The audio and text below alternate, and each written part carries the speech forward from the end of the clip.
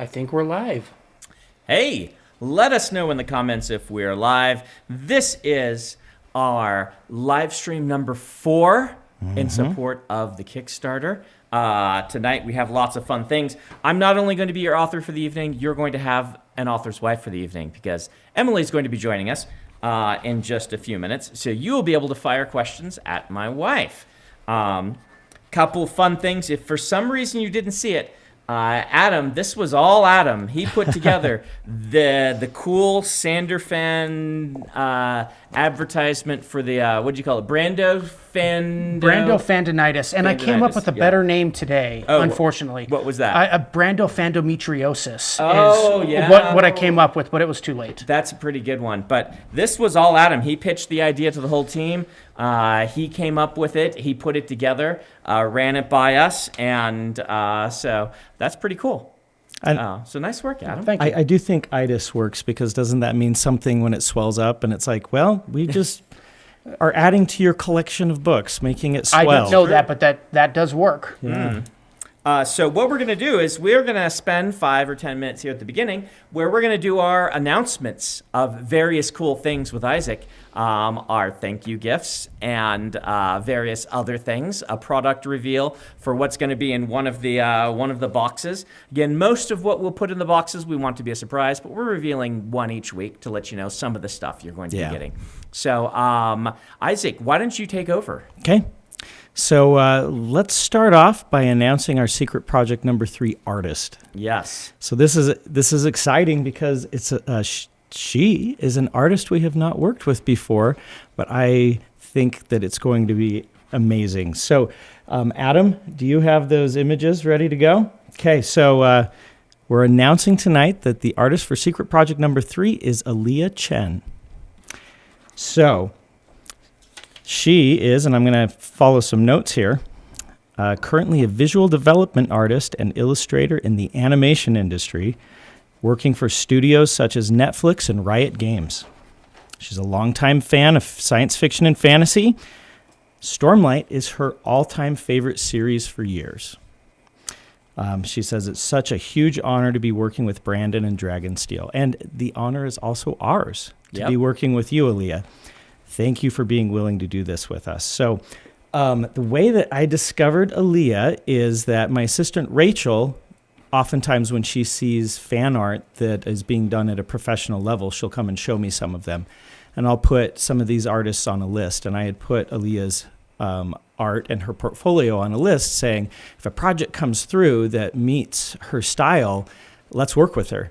So I showed the portfolio to Brandon. He said, she's a good one for project number 3. And so we offered it to her and she said yes. So she's going to do a fantastic job. She has a very cinematic style. Adam's been showing... Oh, I was waiting for you to he was waiting talk for me. about them. Yeah. So he's going to show a couple of pieces of art that she's done for some of it's fan art for other things, but you'll see the cinematic style that she sort of works in. So some very beautiful art that I think will match this project really well. So that is Aaliyah.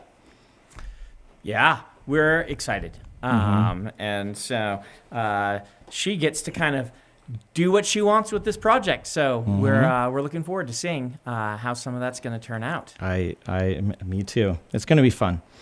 So that a good segue into what we are going to be announcing for thank you. Yes, we've got several thank you things that we're doing, and a couple of them are art related. If you haven't seen this before, instead of stretch goals, we're doing something in reverse. We have more money per book and per package than we expected because when you print larger numbers of things, the price per unit goes down. And at the levels we're talking, it goes down just a little bit, but it's enough to add some extra special cool things. And so we're going to spend that extra money instead of pocketing it on making the books extra cool. And so we have 3 thank you reveals today, and they're all related to the art. Yeah, so maybe the first one is a follow-up from last week's. Possibly. Yeah. So last week we mentioned we wanted to come up with something digital for those who are getting digital only rewards.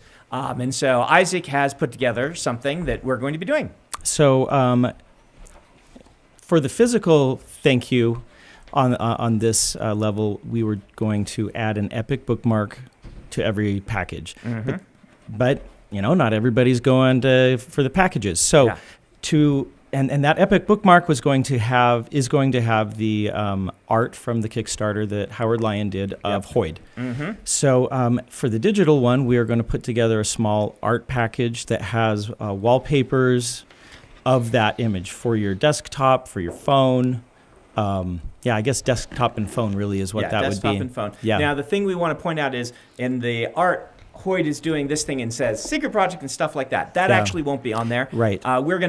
We don't want it to the phone to be like advertisement for our Kickstarter that's already done. Yeah. And so Howard's actually doing a little light weaving that's coming in above the hand. Yeah, we're still talking to Howard about what's going to go there. But when this was painted to allow for text there, and so without text, and this will be the same thing for the epic bookmark. Yeah. There will be something else there. Yeah.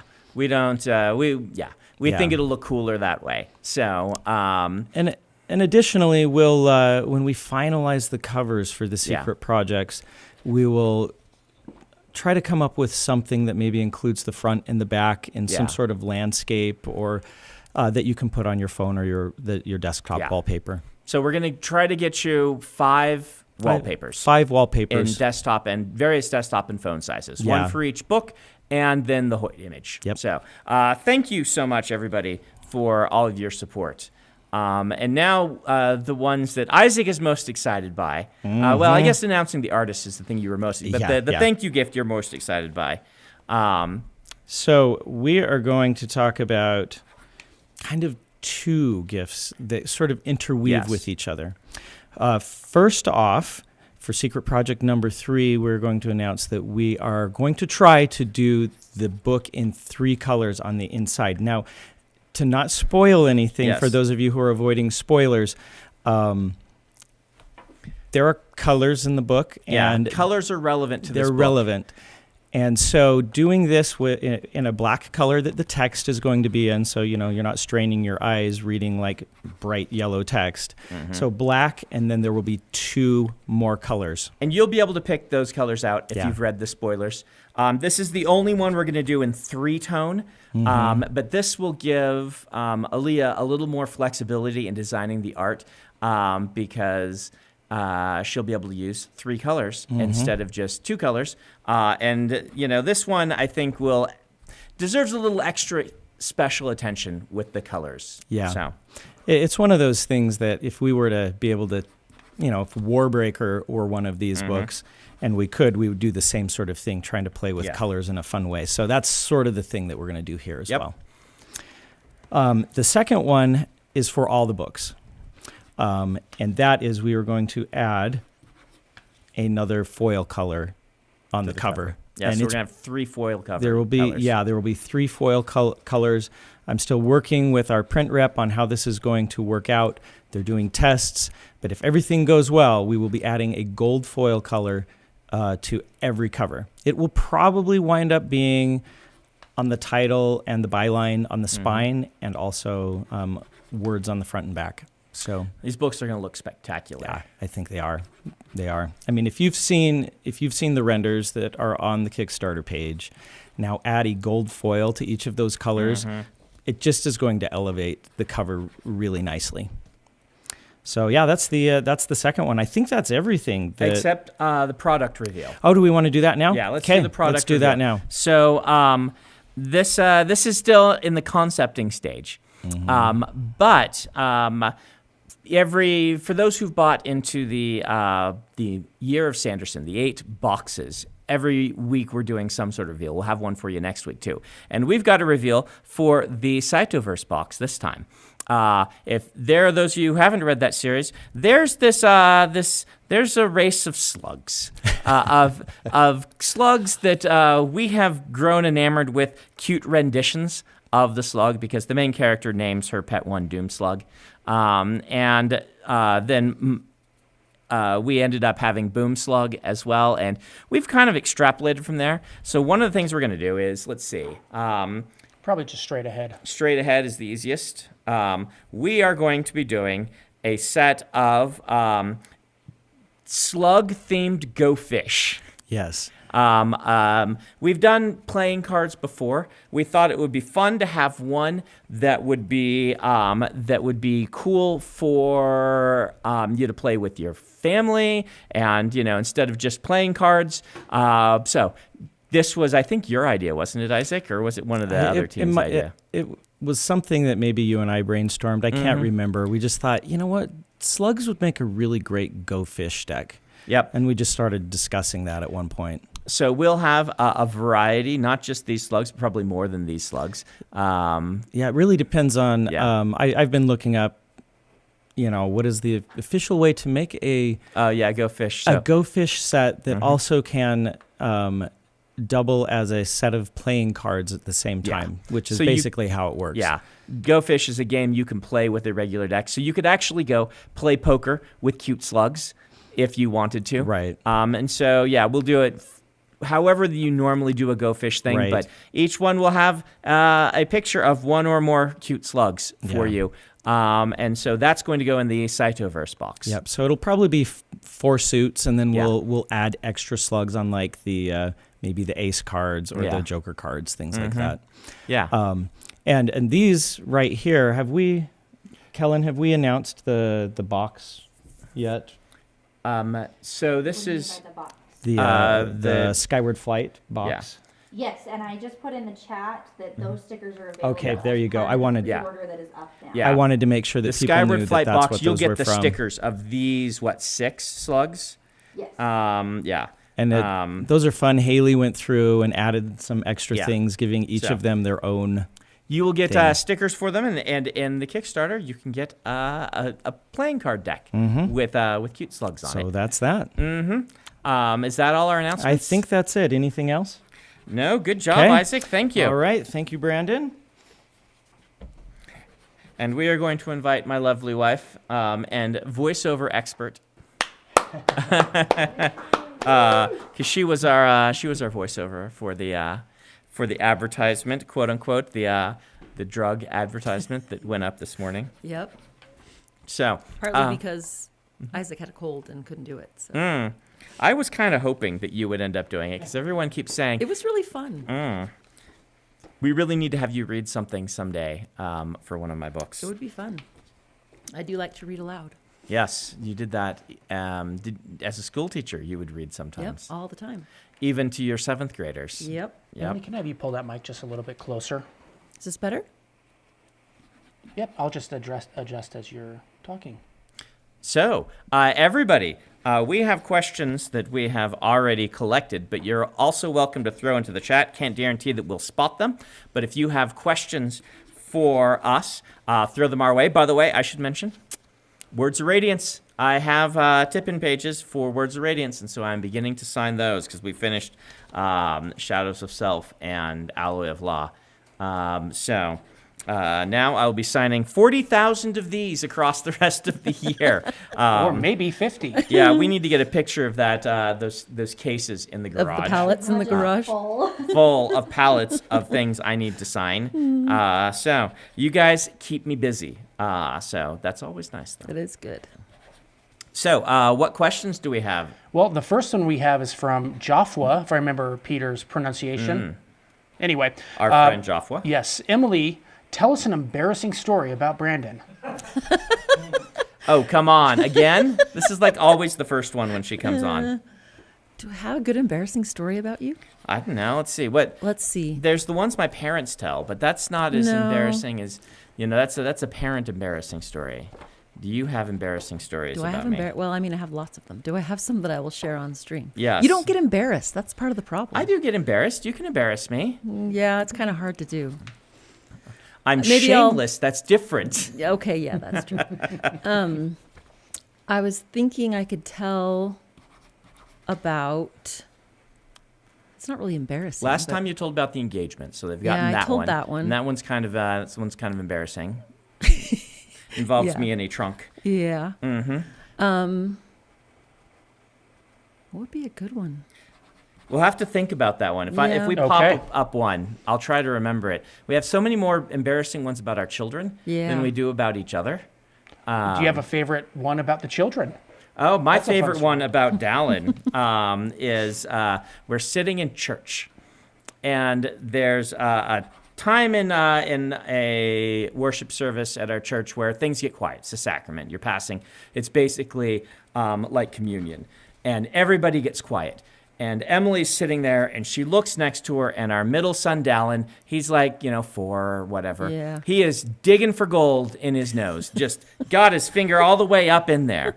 And I've probably told this story before, but Emily, being the mother that she is, always has wet wipes handy. At that age, you keep them within reach at all times. She Yep. grabs them, and she grabs as his finger comes out with a giant booger on it, grabs it off in the wet wipe to prevent him from, smearing it on the head of the person ahead of us or whatever. Well, what he wanted to do was eat it. Yes. And he got this really indignant look on his face, and he said, as loud as he could, "Give me back my booger!" in the middle of the sacrament. It was great. It was He embarrassing so for mad. me. And he was, Dallin, was also shameless. And so he was very, very vocal about how he wanted that booger back and did. how you had stolen it from him. Yeah, so rude of me. There's an embarrassing story on me. I was the one who was embarrassed. Ellen You didn't were care. embarrassed. It's not embarrassing about you. You were a dutiful mother. I was. Watching out. Yeah. So. If I think of a good Brandon embarrassing story, then I'll chime in and tell it. Yeah. Daniel from the chat says, Emily, do you have any stories you want to see told in the Cosmere? Oh, I always want more Hoyd stories, more wit stories. And I know we're going to get some sometime, but I just want to know what in the world has happened to that guy to make him the way that he is. That's probably the biggest one. I really like the interludes in Stormlight books because it kind of gives you a character that you know you're not going to see again. Well, normally, usually. Sometimes they appear again. But it also gives you something about the world, and that's the thing I like about, well, all Brandon's books, but Cosmere books in particular, is that they have such a broad world, and there's so much going on. So it's fun to find little tidbits about it. Just a Girl from the chat says, Emily, how involved are you in Dragonsteel's day-to-day operations? Well, I am the chief operations officer. And my role's kind of changed over the years. I started out helping with Brandon's fan mail years ago when we didn't have any employees, and I got fired from that pretty quick because I wasn't nice enough. You did not get fired. I did get fired. We both decided it would be better if I did not write answers to fan mail, because anytime someone said something slightly negative, I would get mad and want to burn down their house. Yes. You did. You So- weren't mean to them, but you would stomp around. Yeah, I would. Because, fan mail, most of it is positive, but you do get hate mail. Yeah. And that was hard. I couldn't do that. Yeah. So, and for a while I did the accounting stuff. But as quickly as we possibly could, we hired someone else to do that because I am not a numbers person. I was an English teacher for a reason. And so I'm very glad to just kind of oversee that and have someone else be in charge of the numbers. But my job now is kind of just managing employees, and really it's making sure people have what they need to do their job.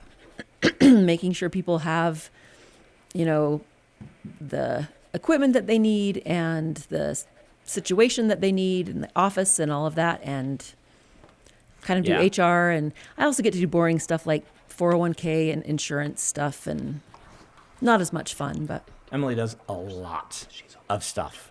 it is She kind of wears crazy. as many hats as I do, just all behind the scenes. Yeah. I'm not much of a on-camera person, so this is a little uncomfortable for me. But You're one of those introverted teachers. I didn't Yeah. realize that a lot of teachers were introverted. And indeed, a lot of actors are introverted. I didn't know which this. is, it's kind of interesting. I think part of it is that if you're acting or if you're teaching, you kind of have control over what you're putting out there. Yeah, you're doing a presentation, and it's a different sort It's a of thing. prepared sort of thing. But I'm not, it doesn't bother me to be in front of people really, especially not anymore. But it's not my favorite thing. So Even if there's a party that she organized, that's her family at our house, eventually she will just vanish. And I will find her curled up under blankets in her room, and she'll be like, I need 5 minutes, which means I'm going to bed now. And then I will go out and make sure that everybody leaves. well, and it's one of those things. I mean, that's at least one of the definitions of introvert versus extrovert that I've heard is that it doesn't necessarily mean that extroverts like people and introverts hate people. It just means if you're an extrovert, you get energized by social interactions. And if you're an introvert, you get drained by social interactions. And I think that's true for me. Even when it's people I love, when it's been too long, I have to just kind of go hide somewhere. So, Which makes her very good at reading and analyzing books. because that's what I do when I hide, is read books. So. Javier from the chat has a question. I'm going to change it so it's to both of you. Brandon, what is Emily's favorite snack? And Emily, what is Brandon's favorite snack? It depends on if you're going like with our like highbrow snacks or lowbrow snacks, because we have both snacks for different moods. Emily's favorite lowbrow snack is circus peanuts, which I would never admit that. yeah, I love them. They're so gross. They're good. yeah, so gross that they're There are good. certain things that are just so gross that they're good. And a highbrow snack is high quality chocolate. Like if Emily gets good high quality chocolate, you can tell it's good because she only has to eat like 3 or 4 pieces. She doesn't like the whole thing. She'll save them. Depends on and how she'll- how stressed I am. But yeah, when you get good quality chocolate, you can savor it. And so Emily, and you like it a little darker than I do. Yeah. I'm like totally give me the milk chocolate with toffee and all this, all of the non-chocolate snob stuff. And Emily, she appreciates all kinds of chocolate. I do, but I do milk like it or kind of dark, dark. or you're one of those in between milk and dark is your favorite. Yeah. What about me then? Popcorn. Popcorn. Oh, that was different than my guess. Oh, what was But your guess? My guess was salted peanuts, like in the shell. Oh, that's your highbrow snack. Is That salted is my peanuts highbrow in snack. the I love salted peanuts in the does. shell, but you get them overemphasized, Adam, because when I'm asking for them, it's because I can't have them at home because I have a child with a peanut allergy. And so when I go on tour and Adam would be there, I'd be like, get me some of these so I can actually have them. Yeah, but salted peanuts, popcorn. Now our boys are addicted to popcorn as well, and pretty much every night they want you to make popcorn. Yep, and they So, only get it once a week. once a but week. Homemade popcorn on the stove. Yeah. And I've talked about this with Dan on the podcast before. I like to try all the different types of kernel. I like a white popcorn. I like a yellow popcorn. I like a red popcorn or a blue popcorn. I like the mushroom popcorns. I like all different popcorns and trying them different ways. I like half pops. If you guys haven't had half pops, they're great. Once I got in trouble because there was a bowl full of half-popped kernels, and I thought, oh, somebody didn't, get this quite right, and I threw them away. Just threw away my half pops. He was Those are hard to saving make. them. You have to boil the kernels first, and then dry them out in the oven, and then pop them, and you'll get half-popped kernels, which are they're not like corn nuts.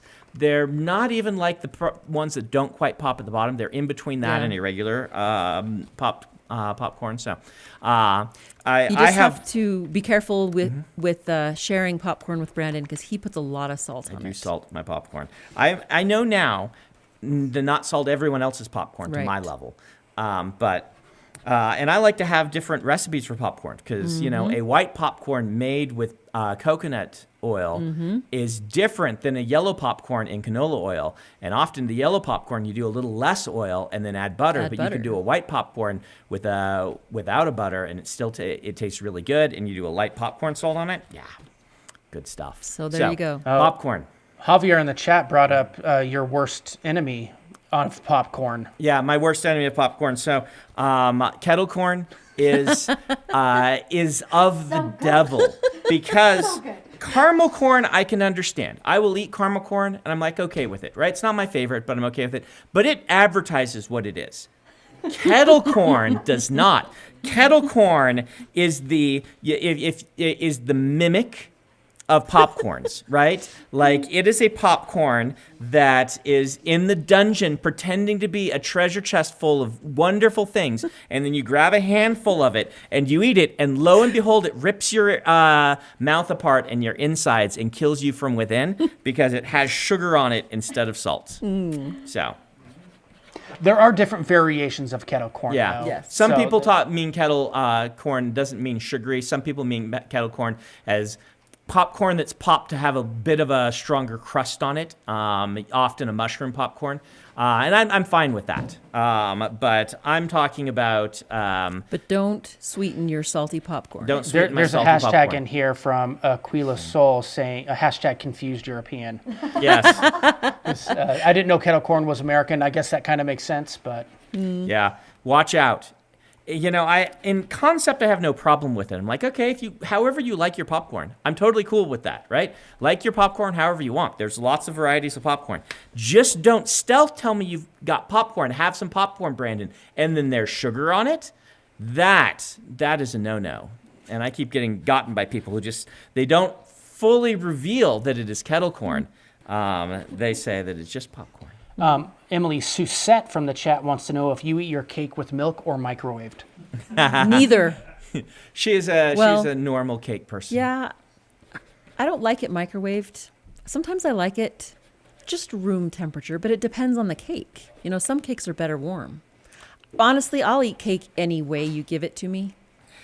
Dan and I discovered on our last podcast, or 2 podcasts ago, that we are cake deviants because I microwave mine and he pours milk on his. Yeah, so. I think that's just his tres leches experiment. Yeah. Well, experience this was from Isaac, Mexico. wasn't it? Not Oh, Dad. was it Isaac? It was Isaac. Oh, it was Isaac. It was okay. live stream, not podcast. Not live. Oh, okay. So Isaac is the one who pours milk on his cake. Either way, I'll have both to ask Dan how he likes his cake then. Yeah. Austin Gordon from the chat says, how did you and Brandon first meet? When did you know he was the one? Well, funny thing, we were set up on a blind date by Isaac Stewart that you just saw earlier on this live stream. He was a mutual friend of ours and thought that we would get along and set us up on a date, and he was right. Yep. Good old Isaac. Yeah. Who knows us better than we know ourselves sometimes. It's also hard to get better job security, Yeah. so long as the marriage is healthy. See, he wasn't That's working true. for me then, though. No. He was just a friend, though he had. Doodling something though that you saw in So, church? yeah, the first experience I ever had with anything that had to do with Brandon was sitting next to Isaac in church, and he was drawing these random bald men with spikes in their eyes. And I was like, what in the world are you doing? And he's like, it's from a book, you know. And Book which wasn't out yet. it wasn't out yet, Yep, yes. but he was beta reading at that point Yeah. in my writing group. And then we got started talking about books, and he found out that I was a fantasy fan. He says, oh, I want to set you up with this guy that I know. And he kept saying that over months and months and months and months. And so finally I was like, okay, fine. Let's do a double date. I'll set you up with someone. You can set me up with this guy. And we went on a date, and I don't think Isaac ever talked to that girl again, but We went to Pirates of Penzance. Was it Was it? HMS No, it was Pinafore. HMS Pinafore. HMS Pinafore. Yep. At the Sarah Shell. And one of the reasons I knew that I liked Brandon is that he kept making snarky comments with me. Me in the middle of a show. Now, You're one See, of those the problem is I do that too. And I usually would stop myself from doing such things while on a date. But I remember I said something just without thinking of it. And then you just had some retort back. And I was like, oh, he gets this kind of humor too. So that was fun. would I do that? Of course you would. And now it's one of our favorite things to do, is make snarky comments about everything. Yep, everything gets a So- commentary. But yeah, I wouldn't say on the first date I knew you were the one, but that was when I was like, hey, I like this guy. Date number 2 was Mr. Darcy's Nose. Yes. We went to see the Keira Knightley Pride and Prejudice when it first came out, and we were late to the theater, and the only seats left were on the front row. So we joked about looking up Mr. Darcy's nose for the entire movie. Yep. Yep. We watched that again recently. Mm-hmm. And we're like, Rosamund Pike is Morhaime. Yeah. I knew her from. Yeah, I first. know. And Yeah, and the funny thing was, I was like, oh, We she had looks not really connected it. familiar. She's blonde in that one. Yeah. Mm-hmm. So I just I was kept like, thinking- Emily, it's boring. She's like, it's boring. Yeah, that was pretty funny. Yeah. So See, you would have watched- thought that I watched would it all have. the time, and I yeah. said, That's Jane. Mm-hmm. Yeah, you would have thought that I would have put that together before, but I Didn't. had that I had seen that on our second date. But yeah. Well, should I tell the story of the secret projects? Yes, you can tell your My your side end, but of just the- don't mention any of the names of No, them. no, no. But yeah. I'll do my best not to mention. Yeah. I've been practicing calling them secret projects so that I Good. won't spoil Yeah. anything. Yeah, do But, your side. So, secret project number 1, you just told me that you had something that you were working on, and we talked about kind of the reasons behind it. Yeah, and you then- had kind of given me the premise, which I won't say right now. After we had been on a date, so to speak. I guess our kids were there, so it Yeah, wasn't we really watched a date. movie. We watched a movie, and Emily had given me a premise. She and I just kind of talked about it together. Yeah. And then months later, maybe Months later, I don't months, weeks, I don't know. weeks later, yeah, it was only weeks. Then you said, "Hey, I've been writing this thing," and I started laughing because that's what you do. And so at first he would just read portions of it to me when he was Did I able read to. it out loud? You did. Oh, I thought that okay. Yeah. Did I? That's right. I just said, "Hey, it's time for story time," and I started reading to you. Yep. Yeah. And so then I would always be like, "Oh, did he get a chance to write on this project? Is he going to share some more with me?" And then for a while you didn't, and I thought you hadn't been working on it. Yeah, that was when I had to finish something. I'm trying to remember what it was, but something else came in, and I had to. I couldn't work on this for a Yeah. while. And was Secret Project 1 the one that ended up under the Christmas tree? Yes. I think it was. Or 2, 1 or 2. I can't remember if it was 1 or 2. 1 might have been your birthday present, and 2 might have been Christmas Christmas. present. I can't remember. I can't remember. But Yeah. in any case, one of the secret projects was given to me, and I was aware of its existence. So I was Yeah. really excited to get it, but not super surprised. Yeah. And then secret project number 2, Yeah, it must have been one that was like a Christmas present. Because Secret Project 2, you walked in and it was just on your bed, Yeah. right? Yeah. so I think 1 was the Christmas present. Yeah, so I was writing Secret Project 2, but I already had 1 done, and I saved it to give it to you as a Christmas present. So I Yeah. must not have finished it in time for your birthday, and then Yeah. saved it for Christmas present. Something like that. Yeah. In any case, I got 1 for a Christmas present, and wrapped in Brandon's characteristic I wrap style. really well. Oh, that's embarrassing, is it? I do it intentionally. Yeah, so you it's do it embarrassing. intentionally. When he wraps Christmas presents, that happened the first Christmas after we were married. I went and looked under the tree, and basically he gets whatever it is and puts it in the center of a huge sheet of wrapping paper, and then just goes, and then gets tape and goes, Yep. and that's how he wraps presents. You want the present to stand out. You gotta set apart from the crowd. Yes. And my sisters make such beautiful gifts, and my parents, and so I need to have some that when you go to the tree, you're like, whoa, what's that? And so You're like, oh, Brandon gave me that. So yes, it was one of those Brandon wrapped presents, and I remember opening it on Christmas and then being like, now I have to sit around and like be social and help all these kids open their presents and make food, and I can't go read this book. So Yep. And then 2 was just a couple months later. Yeah. Then you went in, and then it was just it was there. just a pile of papers sitting on my bed, and I had no idea that one was even being And written. So 3 was for your birthday. So 1 was a Yes. Christmas present, and 3 was a birthday present. Yeah. And 2 was just on your bed. yeah. Because 1 and 3 are the ones that are specifically inspired by Emily a little bit, or a lot in some way. 2 is just Brandon being weird and writing something. I still enjoyed it. It was fun. I've enjoyed all of them, but it was kind of fun to get those as a gift, because that's like the perfect gift that anyone could ever give me is a book. I always envy people who do visual art, because they will do paintings for people and whatnot. And it's very hard to write a story for someone.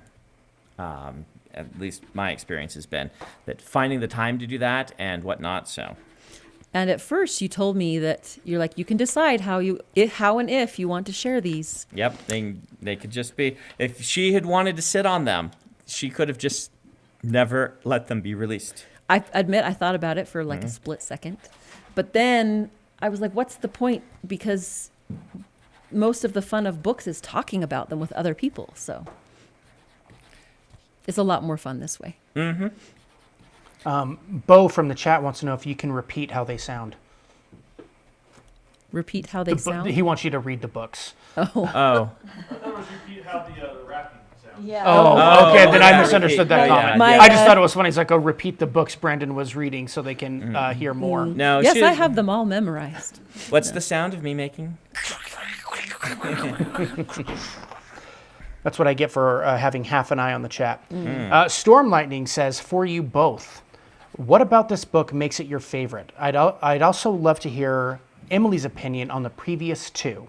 We should do that during spoiler. Yeah. Okay. Because that's too much. It's gonna be too hard to talk about that. That without makes spoilers. sense to me. Do you want to So move that to the We'll save save it. that one for spoilers.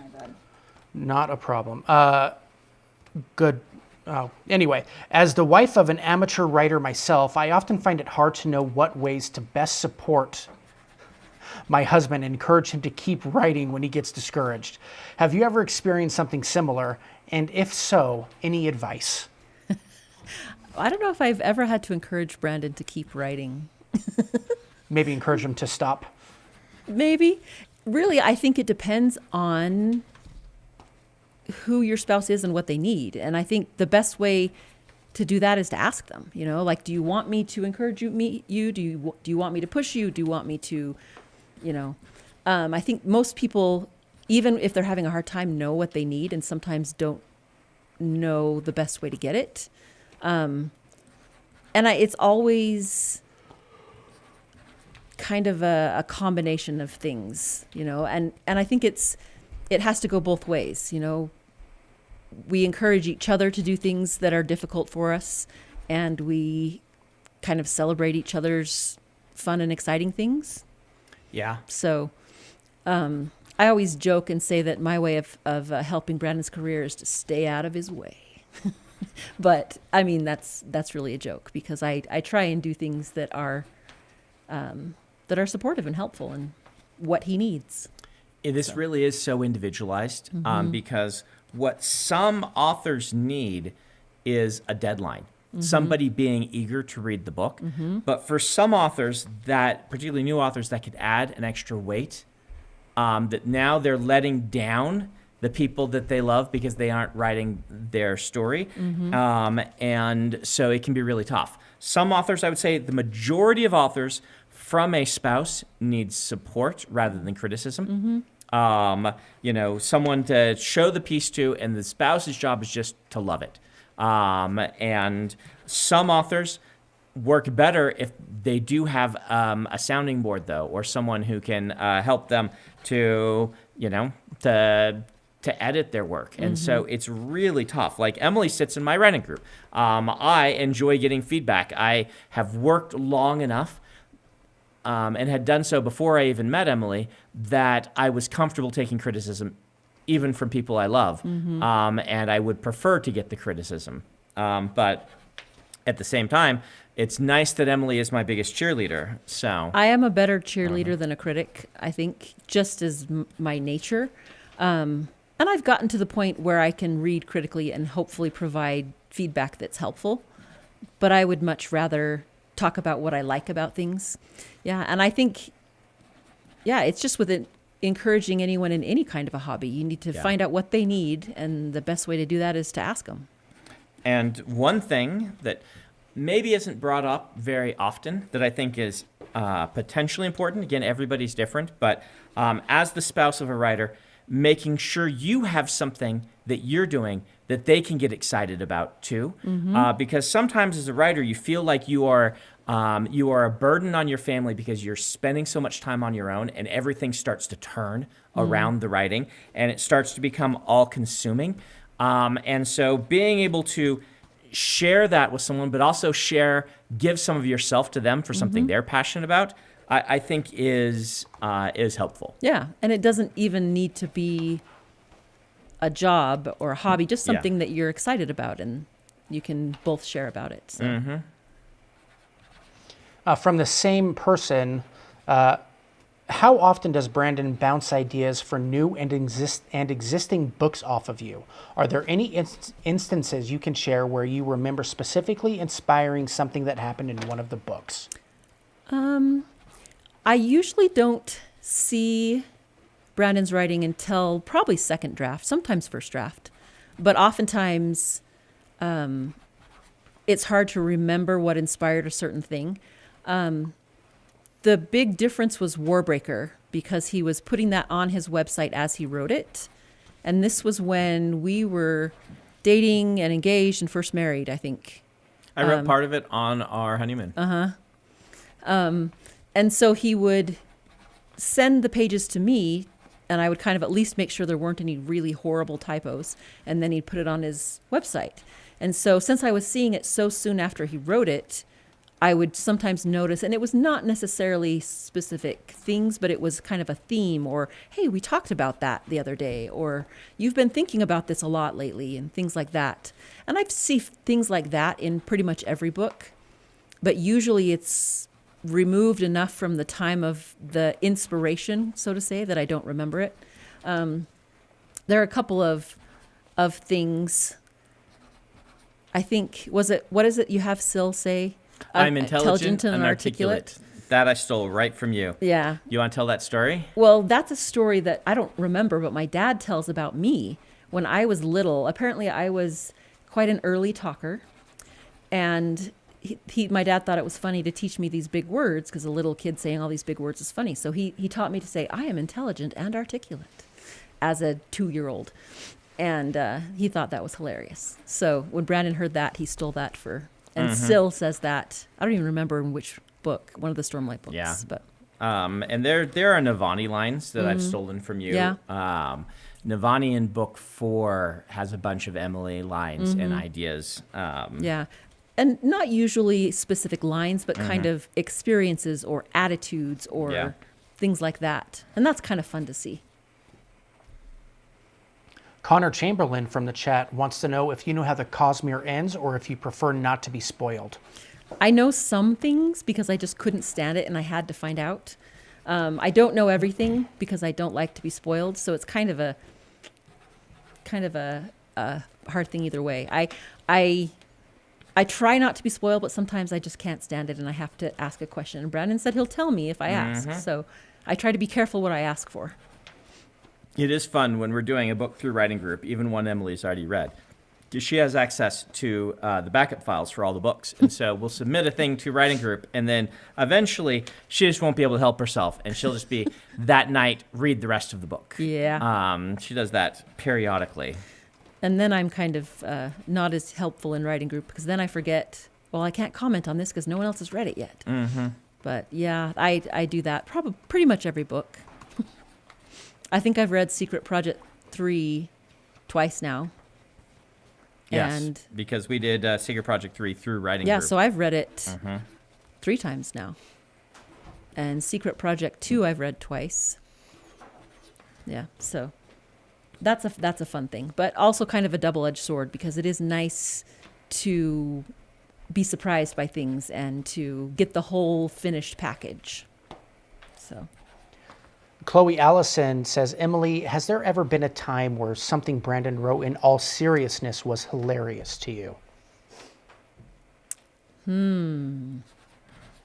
Usually he's not hilarious unless he means to be. I mean, the typos can be The hilarious typos can be sometimes. funny. I can't remember a specific typo. I always share the same The one. Misborn Yeah. one? Yeah, the Mistborn one, but I've Mistborn shared one. that one way too many Yeah. times. There's other There good was ones. one in Oathbringer that was really good. Yeah. Do you remember what it was? When Shalon is looking at Adolin and says the tight shirt that she's wearing, she's admiring him, Yeah. but you forgot the R in Oh shirt. yeah, that happens sometimes. Yeah, because Yeah. any word that's a real word that the red lines don't appear underneath, you don't notice. And so yeah, so that one happens. That was a pretty good one. Yes. That is a good one. I can't think of anything specific right now. Well, you know, scatological functions are a thing that Shalon and Adolin enjoy discussing anyway, so it's not so out of place. I think the betas made that same joke I think when they did. when I saw the Joshua Holdsworth says, how much was Emily a fan of sci-fi and fantasy before marrying a fantasy author? Pretty big sci-fi fantasy fan. I mean, that's kind of the reason Isaac set us up, because he's like, oh, you like to read fantasy sci-fi. This guy writes fantasy and sci-fi. So, and I was kind of a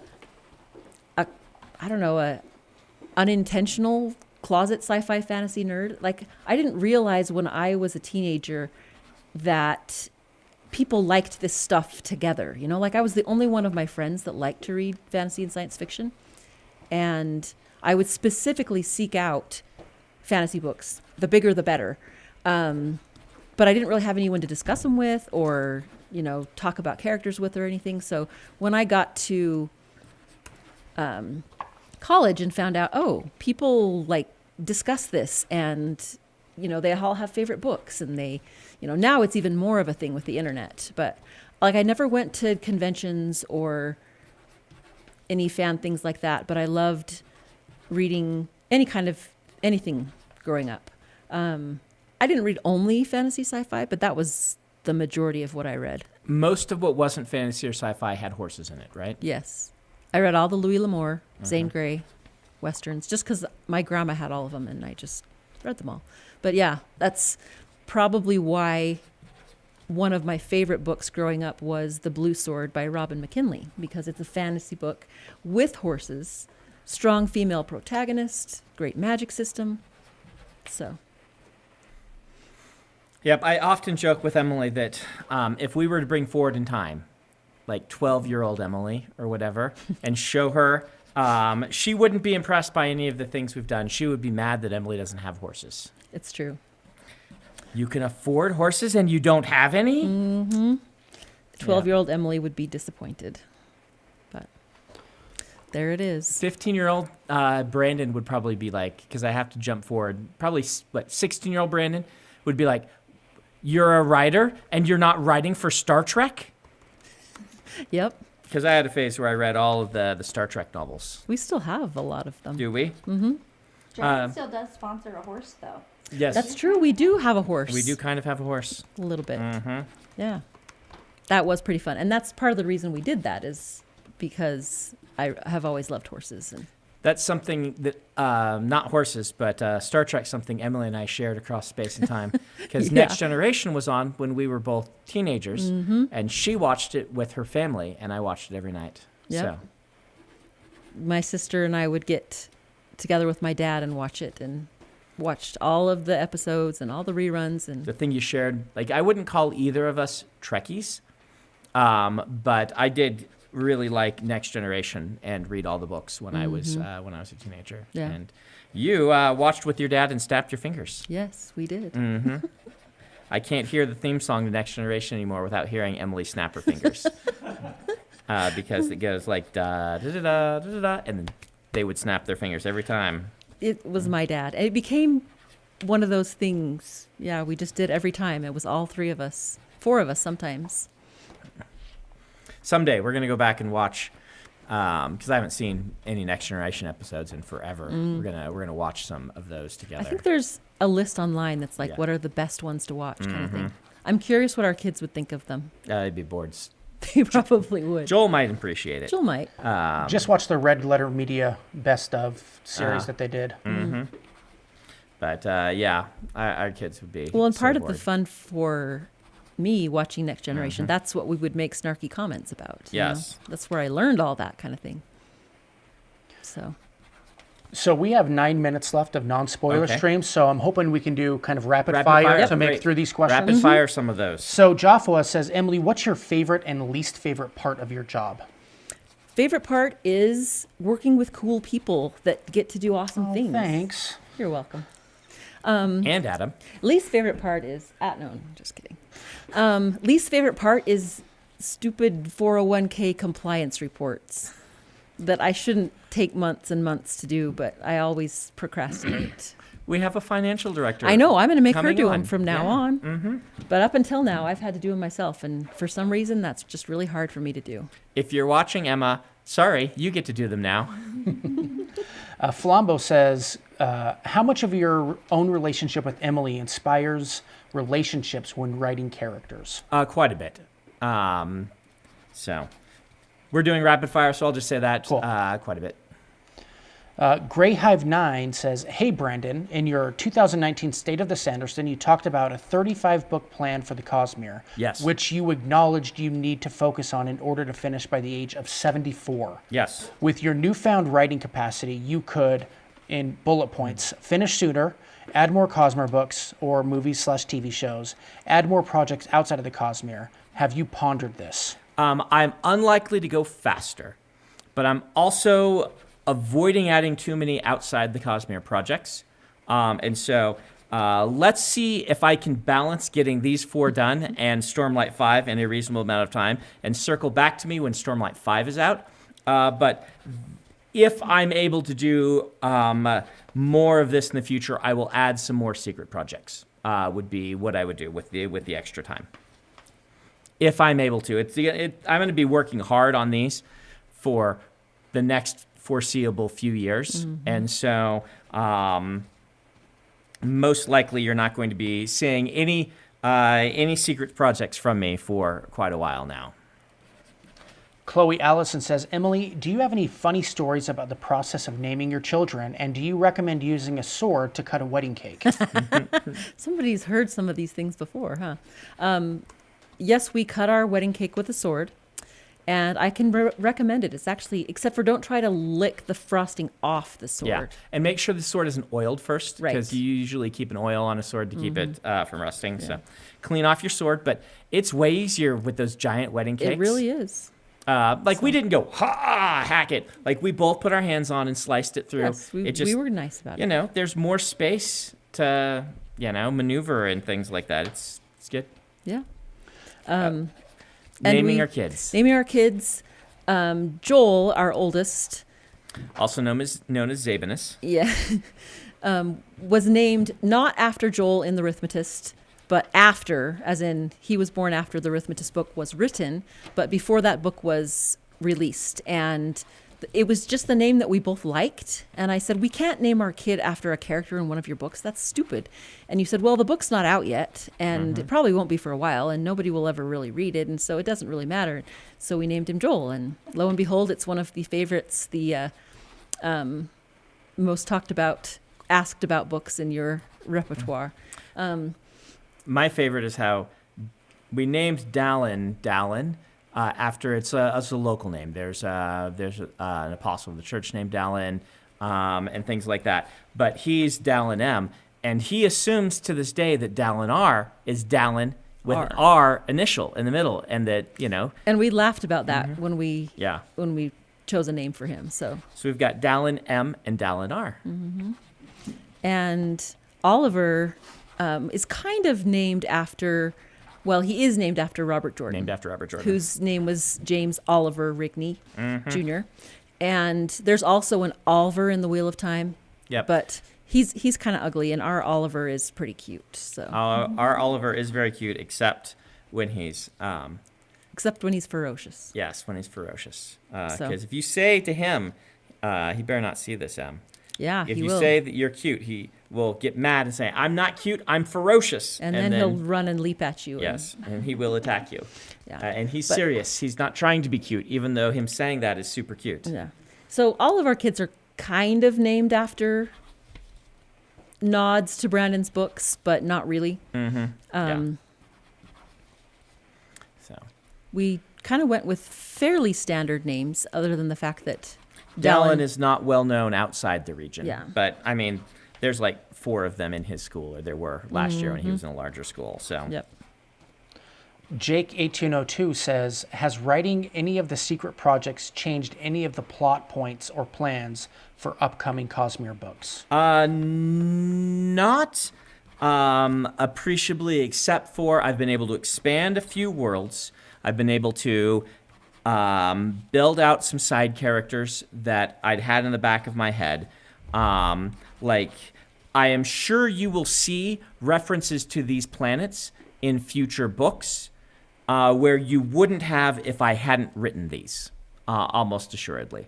So that's part of it. And then Secret Project 4, which you guys don't know much about yet, but you will get to coming up soon. That does have more Cosmere implications, and it's something I've been wanting to do. But once you get a book done, once I get a book done, I feel way more confident because all the various things that could happen, one of them has solidified into actually happening. And so, yeah. Archer B says, would you consider being narrator for one of the Secret Project audiobooks? Maybe a duo with both of you for Secret Project 3.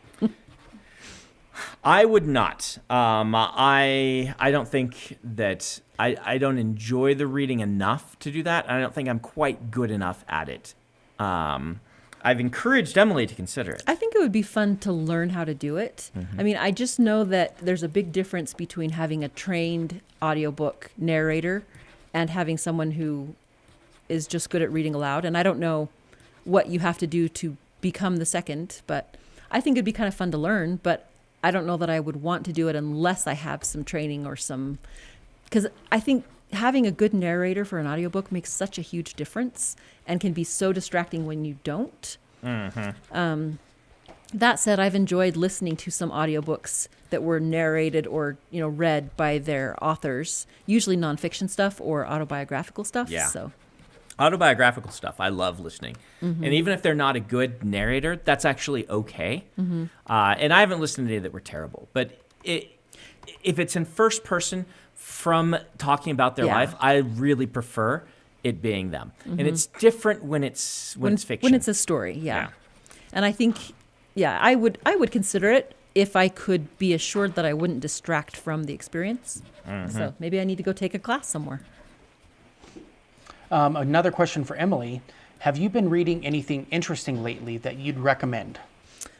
Well, I recently finished Overcoming Dyslexia, which was a very interesting book. Our son Dallin is dyslexic, and it's kind of a dry book, but very fascinating and very informative. I would recommend that if you happen to want to know about dyslexia. And you read that trilogy for your book group that was... Oh, that's right.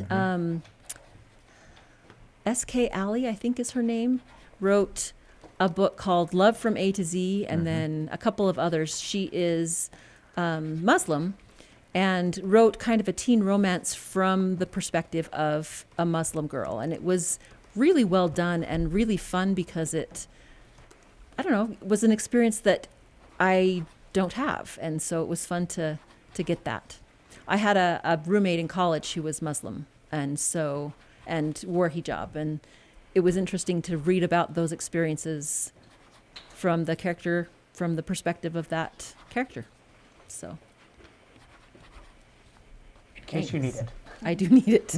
I was going to steal Brandon's water. All right, are we ready for spoilers? There's yet? one more question. Daniel says, has Emily ever vetoed something in a book?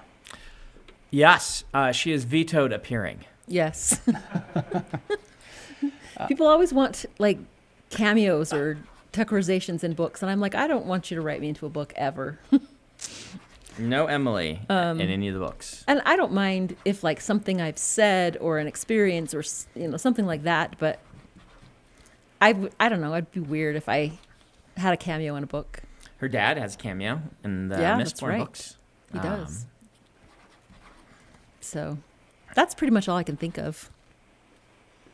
And then one last thing that I've seen a lot of people talking about it, and I don't know if we've mentioned it on stream or if it's just in the FAQ that we've done, Elden Ring.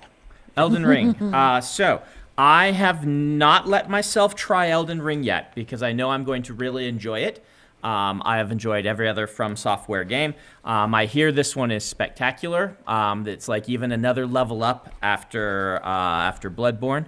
Was kind of a level up in the way that they do things, and Sekiro. So I am looking forward to playing this quite a bit.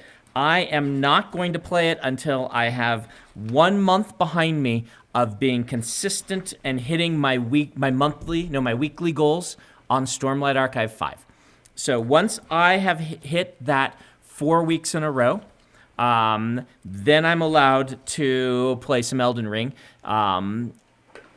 Basically, that would have to replace the time that I'm spending right now revising the secret projects. And so I have to be on target with Stormlight, and I have to be on target with those, and then I can. So hopefully I will be able to meet that goal sooner rather than later. I think Peter might have scrounged me up a PS5. That like one of the beta readers ended up with 2 because they ordered from 2 different places. Not sure if they would get either one, and they got both of them. And so they might be selling me a PS5. So I might have one. And so once I have that, then I won't probably play it on PC. I know you can hook a controller to the PC, but I like the experience of those better. Well, and right now the PC port is so terrible. Yeah, I hear the PC port is having troubles. And so if I get a PS5 and my office eventually comes together and we can put a TV in my office and hook up my PS5 and I can get ahead on things, then I will play Elden Ring. You usually end up playing games later. Yeah, you know, you don't. I do. You don't play things right when they come out. I have to schedule the time, basically. This is really dangerous when you do a job like mine. It's not just working from home. It's working from home 3 years ahead, right? So if I am slow now, it doesn't. You guys don't find out about it you will because I post my progress bars and things like that. But for a lot of authors, it takes years to filter through, and that's extra dangerous because there's a part of your brain that can always be like, well, I'll make it up later. And so you can lose months just not doing anything, and it's really easy for that to turn into a habit, and then that becomes the new normal, and then suddenly getting anything done becomes very difficult, and that momentum is a big danger for somebody who works in a creative field like mine where your deadlines are years away instead of weeks away. And so I like to be very careful about this. Like I usually prefer to play video games when it's some sort of vacation, like over the Christmas break, where everyone else is taking time off and the mindset of everybody is we're taking breaks and it's harder to work during that time. And so doing that, but I don't know if waiting all that time till Elden Ring is a good idea. I might play it like around the I wouldn't be surprised if it's July 4th region when I'm able to play the game. So I wouldn't be surprised if it took about that long. But we'll see. We'll see if I can stay ahead on things, because otherwise, Stormlight 5 doesn't come out, and then if Stormlight 5 doesn't come out, there's all sorts of cascading issues and Dominoes. Yeah, dominoes of finishing the Cosmere before I am, out of my 70s becomes a thing, which is a weird thing to think about when you're only in your 40s. But this is the way that I have to work in my life. Otherwise, you guys don't get the end of your story. So. So this is what happens when you're raised by an accountant. This is what happens when you have the goober raise you. For those who don't know, that's my mother's name. Not her real name. It's what we call her. Yes, it's what everyone calls her, even her family, even her siblings. So, That's true. When you're raised by the goober, you learn to carefully budget your time so that you can do all the things you want to have done. It's something I always admired about Brandon is his ability to think ahead and make things happen. So, spoiler time? Yeah.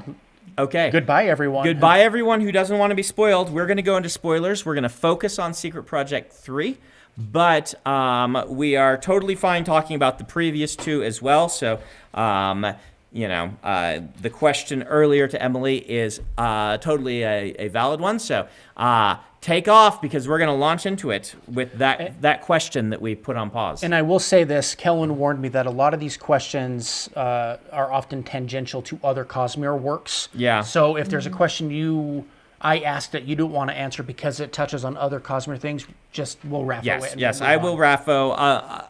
We'll try not to give major spoilers for other things in the Cosmere. There might be some, though. I will do my particularly in best. the I'm chat. not pre-reading these. Yeah. I'm just reading from a list that Kellen and Michael curated. Yeah. And I can take them out. It was just hard to get away. Yeah. And It'll do be even you- worse next week. Because they want to know what the cosmic Oh, did you guys hear that connections hint? are. It's going to Yeah. be worse next week. It's going to be even worse next week. Yeah. So. Do you And- want me here for that first one, and Well, then I can? let's- Take off? yeah, I think have you your should just question. stay. It's fun. You Okay. can stay as long as you want. I can make And- silly faces in the But background. if you need to leave, you totally can. And let's go back to the question we asked earlier. That was a spoiler. Why is this one of your favorite? And then what are your thoughts on the previous two? I think that was the question. Is 3 your favorite? 3's or my is, favorite. Okay. It's not a large gap. I mean, I really enjoyed all of these. I think I enjoyed 3 because it was so different from things that you've done before, and because it was kind of a nod to some of the things that we had watched and talked about together. So What was your thoughts on the other 2? if I were going to rank my favorites, I would put 3 as my favorite, probably 1 as my second, 2 as my third, and 4 as my last. Not that I disliked it, It's but definitely the least Emily-ish of them. and I did enjoy it. But like you said, you kind of wrote that one for you, not Yes. necessarily for me, and so you know me well. That's the one I didn't say, hey, here's a gift for you, when I knew it was not exactly an Emily sort of thing. You guys will see maybe next week. It just, to give a minor spoiler, it's just more action filled. Emily likes action, but it's not her thing. That's not my thing. Yeah. And so 3 is Yumi is partially written because Emily likes romance books. Cheesy romances. Cheesy romances. And I don't want to ever be described as cheesy. But I'm like, well, I know Emily likes sincere romance stories, and so I'm going to put some more romance into the 2 that I wrote most specifically for you, 1 and 3. Have a little bit more romance. Well, not a little bit more. I mean, they are focused around that idea. Yeah. And I've always liked books that have a good romance, but that's not the Yeah. only thing they have. Yeah, neither of them are romance stories. I Yes. wouldn't shelve them in the romance section, even if they weren't sci-fi fantasy. But they definitely have much more of a romantic sub-theme Yeah. than other things that I've worked on. So, Someone that you may know, Howard Leone. I can't pronounce his name. They say, Emily, maybe you should wait to rank them until after you see the illustrations. Yeah, I saw some pretty cool stuff that Howard's been sending in. That is true. Howard, how are you going to restrain yourself? Like, we get Howard's thing, and there's like 40 illustrations, full page. And I'm like, Howard, you're supposed to be doing 4. Yeah. And Now fans want all of them. I am a Yeah. sucker for Howard's art, I must say. Digital art package. Yeah. Okay, so this question comes in 2 parts and is from World Hoppers Podcast. Okay. One for Brandon, one for Emily. They say all 3 secret projects we've seen so far have been different in terms of voice than your usual books. Yes. For Brandon, how did this experiment you've been doing with voice change the stories and the world you depict in these secret projects? Is there anything you implemented that you'd like to bring into other books you write? Yeah, that's an excellent question. And that's part of why I do voice like this, right? Is to experiment with different things. And like Project 2, Frugal Wizard has this kind of funny ephemera book like the Hitchhiker's Guide to the Galaxy. I like playing with ephemera, which is a fancy word for in-world books Stuff. and stuff that's included as part of the book. And I think just kind of my experiments with ephemera are useful there. My experiment with that one, with just kind of playing with historical settings, is also very useful to me. On the other 2, it's figuring out Hoyd's voice is the thing that's probably going to be most useful and relevant in the future, as I'm trying to find out how I want him to tell Dragonsteel, which is his backstory. Neither of these are the right voice. Yumi is closer. But at the same time, I wanted to have something like this. Like, I've always wanted to write something that has this fairy tale feel to it. And fairy tale's the wrong term. It's like modern fairy tale. The Princess Bride is the example of this. But even Harry Potter 1, if you go read about how, as I've said before, it's the Mrs. Dursley has too much neck and Mr. Dursley not enough neck. These sort of quips in narrative that give it this feel of a narrator telling you a story. Yeah. The Hobbit has this as well. And I like that. I like the feel of that. It's a different kind of storytelling, and it has a real classical sort of sense to it, and I wanted to practice doing that. And I think in both of these, there were times when you were like, okay, tell me, is this too much Hoyd? Is this too little Hoyd? Does this work? And that I could really tell as you were doing it that you were kind of working on his voice and how much he... Right. Now, is he distracting from the story and is he not? This is the interesting thing. The beta readers cannot agree on this. Well, they don't see each other. These were flash betas. Yeah. But there is no consensus on if there's too much Hoyd or not enough Hoyd, or if it's distracting or if it's the best thing about the book. And so some of you, I will warn, are going to find the voice a little distracting. That's just a thing. And I'm doing what I can to, particularly in Yumi, where I'm pulling back a little bit, to put Hoyd interjections like in parentheses and things like that. It doesn't work in Tress. No. Tress is so much in his voice that anytime I add parentheses, it's like, why did I parenthesize this one? Yeah. When everything is so strongly in his voice. Well, and it was interesting to read them because you didn't tell me that's what was going on. I had to kind of figure it out. And so it was interesting to see when I figured out, wait a second, this is in the Cosmere. Wait a second, Hoyd is telling this story. Was kind of fun. But that's been interesting to see people's reactions to that, to figuring see out. The readers reading the early chapters and be like, hey, wait a minute. So that's a lot of fun. Very satisfying to me that they can pick out Hoyd's voice that easily. Means I'm doing my job right. And the second half of this question is for Emily. What did you think about this change, and did you like any style in particular more than the others? The voice, not the books themselves. I really enjoyed the experiment of it because, like I say, I'm always interested in Hoyd and what's going on in his head, and I like snarky comments. I think it's kind of hard to say because I think they both worked in the way they were meant to. I'm glad that you toned down the interjections in Yumi, and I agree that they were necessary in Tress. I think they added to the story quite a bit. Yeah, they're different stories, and I needed a different voice for each one. Yeah, and there were a couple parts I remember where we said, okay, tone this one down, and you did because it was just distracting from the story. I have this tendency to be like, wow, this is cool. I'll just go on and riff on this for a while. And those are the ones that need to be. And usually you trimmed catch down it a and little you'd kind of trim them. Yep. But I was reading pretty early stuff, so it was really fun to see.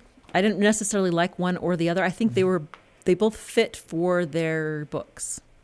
So Grindergon and many others say in Chapter 2, Yumi uses the phrase Warden Nimi. Yes. Is there a connection between this and Zeth's use of Sword Nimi in Stormlight, or is Hoyd just using a phrase that his audience would be familiar with? He is using a phrase that his audience would be familiar with, but, asterisk, there's maybe a little bit more. So I can't wait for the booze to come in for that answer. Yeah, there's a thing. So when he is using the word Nimi, he is using the Shin word intentionally. Right? But there's some more there. Yeah. He has chosen to use a Shin phrase on purpose. And, if we're done, Emily, how about you introduce yourself again, since we probably have a lot of new watchers right now, and I saw questions about who you were. Oh, hi, I'm Emily Sanderson. I am Brandon's wife and business manager, and here I am. Yeah. And early reader of many of my books and operations officer of our company. Yep. And I am here specifically on this live stream because I got to be the first one to read all the secret projects. Which Well, was and you're a not lot on of enough. It's nice to have you on, so I It's- don't have to be. fun. I think you sell yourself short, Adam. You do great. Almost perpetually. Hey, weren't we going to have a special guest appearance? We're going to do it at the very end. Very end. We Special have guest prepared appearance. her. Special Or it. guest It might be more accurate. for someone who has made a brash promise and now must fulfill it is going to join us in the last 5 minutes. Perfect. Yes. Okay, next question is Neon Borealis. They say the story uses the Fibonacci sequence several times as a recurring element related to art and the golden ratio. Yes. Given that nightmares need, quote unquote, over a dozen feedings to materialize, and the number 13 features heavily on Yumi's rituals, would you say that 13 is related to virtuosity in the same way that 16 is to preservation and 10 is to honor? Wow. Good guess. Wow. Man, I am just always amazed at the knowledge some of these people have. I knew what all those words were independently, but in that order. Joffwa says, can you elaborate on why you picked the name virtuosity? As in, what does it mean to you and how does it fit into the Cosmere? Right. So virtuosity is specifically relating to artistic talent and artistic sense. And I actually was just debating between artistry and virtuosity. And I settled on virtuosity after a decently long debate. It's one of the reasons I haven't canonized this one yet. It is the last big hole. I know there's one I haven't revealed, but you guys kind of know what the what that one's general intent is. So this was the last big one to reveal, as I believe. I think there's only one, and I think you know part of that one. Maybe I'm wrong. I'll have to go back and see. It's hard to remember what you guys know and what you don't know sometimes. Where their answer will be, we know it all, Brandon. Just talk about it all as if we do. Yeah. But I wanted to get this one into the Cosmere so that we basically have all 16 now. And the big decision was, what do I call them? And at the end, virtuosity just rang to me in the same way that odium did. And so I picked that one. So this is the shard of artistic intent and artistic talent and artistic appreciation. Insane Pupil says, in Chapter 5, Hoyd talks about being, quote unquote, frozen in time and mentions it being an ailment, implying that this is at least somewhat involuntary. Does this have anything to do with why Hoyd has been alive for so long? Is there anything you can tell us about the terms of his intermittent frozen state? Raffo, So no. plot point in the book. Okay. King's Daughter 613 has multiple questions. The Hyon colors are two of the inks used in printers, magenta and cyan. They are. Was this intentional? Yes. If so, what happened to yellow? Good question. Raffo. And the second question is the Hyon a spirit? Raffo. Yep, they said this is a Raffo, isn't it? Yes, it is. If we were in person, I'd give you a card. We need to come up with a digital card. Just like bing. Can appear Pop on a little image up. Pop yeah. a little image up. You've got your Raffo. As You, I was they, copying these, it was like, well, that's going to be a Raffo. Well, we that's could get gonna Latin, be a and they could Raffo. screenshot, and they could print out their own. Sleepo Peepo says Hoyd's narration includes references to both Roshar, spheres and shoals, Yes. and Scadrial with rice. Yes. Can we assume that the person being told the story has spent time on both planets, or at least has detailed knowledge of them both? Yes. Excellent question. The answer is yes. You can assume that. That's a fun username as well. Eric D. Culver says, Can you confirm, is virtuosity one of the original 16 shards? If not, what shards make it up? Ah, this is an excellent question. Yes, virtuosity is one of the original 16. That's a good question. They're getting wise to my tricks. So, yeah.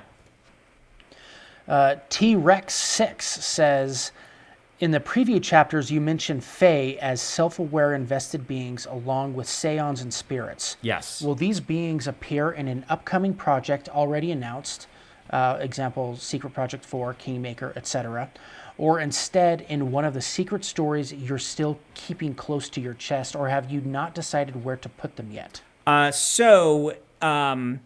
It is one of those, definitely. It's not in Secret Project 4. How about that? And like all things in the Cosmere, you should assume in this case that I am picking a word in English that best represents a concept. So, for instance, when I say the word fae, I'm not saying specifically creatures straight out of our mythology from, Scottish and Irish lore. Any more than if I call something an Ottoman, I am not implying that the Ottoman Empire existed in the Cosmere. And if I use something that has a Latin root, I'm not implying Latin exists. These are just best practice translations. I picked that word very carefully when I wrote this to kind of indicate to you that, there is a place where they might just call them fae. But that is not Hoyd referencing our world. How about that? You guys most of you knew that already, but I just want to reiterate that concept for people. But it is not Secret Project 4, but it's one of the other things you mentioned. Connor Chamberlain from the chat says, Brandon, I want to draw fan art of Painter. Excellent. Would early Tokyo be a good reference for his world? Early modern Tokyo, maybe. No, not even. Yeah. So we're looking at post. So you could go to Meiji era, right end of Meiji era, probably, and be all right. But we're entering the early modern era. We're entering. What do we call? See, the problem is, early modern era is different from early modern English because early modern English is earlier than the early modern era. So if you're looking at early 1900s Tokyo, you'll be fine. Or late 1800s, you'll probably be fine. Yeah. Sleepo Peepo again says, Secret Project 1 and Secret Project 3, I guess the question is in relation to that. How was Hoyd able to talk about events that he wasn't present for in such great detail, including a person's internal thoughts and emotions? So, combination of things. One, he was there for some of it.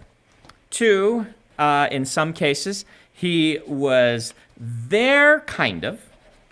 And in other cases, artistic liberty. That sounds like a Hoyd thing to do. Yes.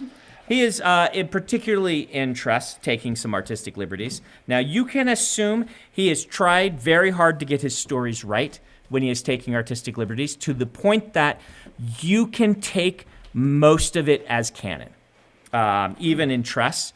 But, did I get to the point in trust about the dogs? I don't think I did. But there's a point, for instance, in trust, where Hoyd's like, I can't remember all these people's names. I'm going to call them all Doug, right? Like, he does things like that that are him acknowledging that he's telling this story after the fact. But he has let's just say, supernatural ability to retain stories and get close to the actual soul of the story. And so you may view all of these things as canon, except for some of the places where he obviously fudges a little, if that makes sense.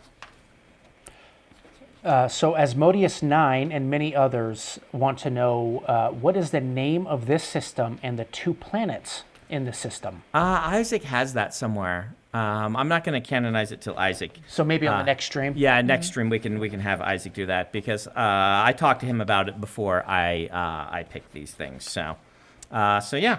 We've got that somewhere. Well, we'll talk about it. I won't promise it next stream, but we'll see if we will.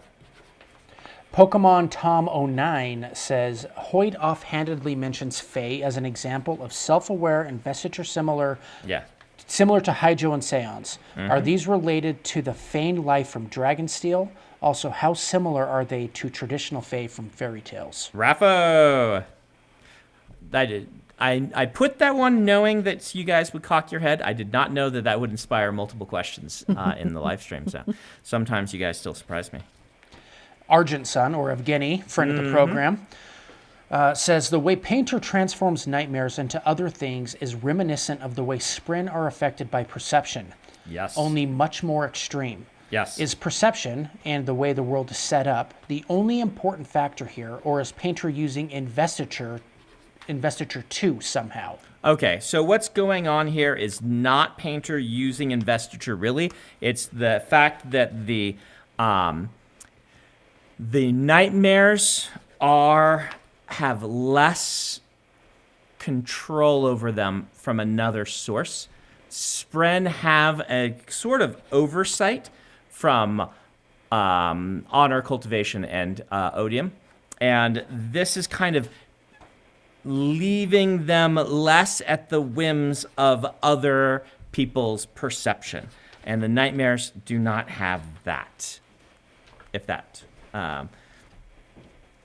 I'm not going to say they don't have it at all, but Painter is not using investiture, but the nightmares are specifically more susceptible to what's going on. So, for instance, I guess a good way to answer this, if he went and did this for a Spren, he would not have the same level of power. I think that's what Argent wants me to, is what he's really digging at, maybe. Sometimes hard to say. Again, the fans are tricksy, and so sometimes they'll be asking questions to get other things out of me without me always realizing what they're trying to get out of me. Arshara says, is Hoyd telling these stories accurately? I guess we covered that a little bit. Yeah, as accurately as superhumanly possible. Okay, I think we answered her question from the other one. Madness Lemon says, were Hoyd's eyes open when he was spray painted copper? Yes. Ouch. Lear HPA says, could the painting mechanism Painter uses to trap nightmares be used to trap other things in the Cosmere, like Spren or perhaps a Seon? How about a fused? Yes, but he does not have any extra power to do this. So, for instance, someone from another planet doing what he does would have the same effect on one of those mentioned. Someone from another planet who traveled to his planet, who was as talented as him and learned the methodology of him, would have the same abilities over the nightmares that he has. Ali Reynolds says that they appreciate your facial expressions very much. Yeah, sometimes trying to figure I'm trying these not things to give out. anything away. Neon Borealis again says, could a Lightweaver with a shard paintbrush trap a nightmare? And how proficient would Lightweavers be with these art-oriented magic systems? Lightweavers would be pretty darn good at this. Let's Raffo whether you can make a shard paintbrush or not. Talinda says, could you Nihil Bond a nightmare? Theoretically possible. How do you pronounce that? I kind of flip-flop between. I go Nahel. Okay. Asmodeus 9 says, the nightmares seem a lot like Midnight Essence, and there's a lot of focus on art and transformation in both of those magics. Is it relevant that the colors of the Haiyan are reminiscent of the colors of Lightweavers and Elsecolors, the orders with transformation? That was not done intentionally. No. Now, the fact that they act like Midnight Essence was done intentionally. You will see me playing with similar themes, just like light weaving works on different planets with things like this. For instance, Midnight Essence, well, you're gonna see pop up now and then. and things like that. But I did not specifically choose the colors of the Hyon because they are similar to the light weaving Orders of Night Radiant. Another Asmodeus 9 question that got upvoted. By the time of this story, it has been more than 10,000 years since the Shattering. In this story, there is an implication that Virtuosity splintered herself 1,700 years ago. Can you tell us something about what she was doing in between? In between, like... The 10,000 years since the Shattering and her... Okay, but then until then, Virtuosity was exploring the artistic expressions of the Cosmere. And choosing not to settle in one location. Something that Virtuosity was not keen on doing. Not for too long, at least. Eric D. Culver says, how would a nightmare react to silver? Raffo? Oversleep 42 says, are Painters and Yumi's worlds the mentioned stars in their respective skies, and what are the planets? Oh, okay. Yep. Raffo, but maybe answers coming. Okay. And from the same person, is Painter's planet tidally locked so his side is always dark, or is the darkness due to the shroud? His darkness is due to the shroud, but there's also some Raffo material in there at the same time. There is legitimately, the shroud is a legitimate thing preventing light from reaching him. Heat Haze Days 524 says, the nightmares are described as being a black, dripping, ink-like substance, evaporating to smoke before disappearing. Ooh, where have we heard that before? I can think of a certain talking sword that shares very similar characteristics. Yes, Is this you can. merely a coincidence or something we should be reading into? That is not a coincidence, but I'm not sure how far you can read into it. But it is not a coincidence. Alarka says, multiple questions. When Hoyd says that Virtuosity splintered herself, does that mean, quote unquote, left a lot of investiture lying around, or full on, quote, the shard is no more splintering? Raffo! And before he got frozen, did Hoyd come to Painter's Planet just for the ramen? I mean, knowing that ramen existed was probably a push in that direction. Hoyd is quite the ramen fan, for those who don't know. And so, yeah, I mean, he actually came to investigate other things, but ramen's a good bonus for coming to visit Painter's World. And from the chat, Balaam says, question for Emily, how much of Brandon's Raffo actually Raffos versus stalling? Raffo. Ooh, you don't get to do that very often. Nope. That Raffo NFT is going to be worth a lot for whoever can claim it. I messed that one up. Arshara says, multiple questions. Was Virtuosity the shard that wanted to survive? Did they splinter the shard and live on as a sliver for that reason? Raffo! Was Hoyd frozen as a coat rack during the events of Secret Project 3? Was he frozen like that because he was in a time dilation bubble? If not, why? Raffo! I saw that coming. Mm-hmm. Letter Sword says, you've mentioned that Secret Project 1 won't reveal the person Hoyd is telling the story within the text. Yeah. Is the same true about Secret Project 3? Yes. Same is true. You can pick up from implications some of what's going on, but there's no epilogue where you're chatting with the person, or people, or whatever that are listening to these things. So I contemplated putting one in, and then I decided against it. Nikki D wants to know if Emily collects cups. Probably just with Edward from Twilight, though. No cups. No Edward from Twilight. We did have an Edward cup for a long did. time because That of was Kathy. Yeah. Yes. We went on vacation, and she Kathy stayed home and watched our children for us. Yes, we did pay her. Yes. We didn't expect her to just do this. Yes. She is our sister-in-law, but we also like to not take advantage, and she was very gracious to do so. She was. But we came home. She had covered our house with Twilight merchandise.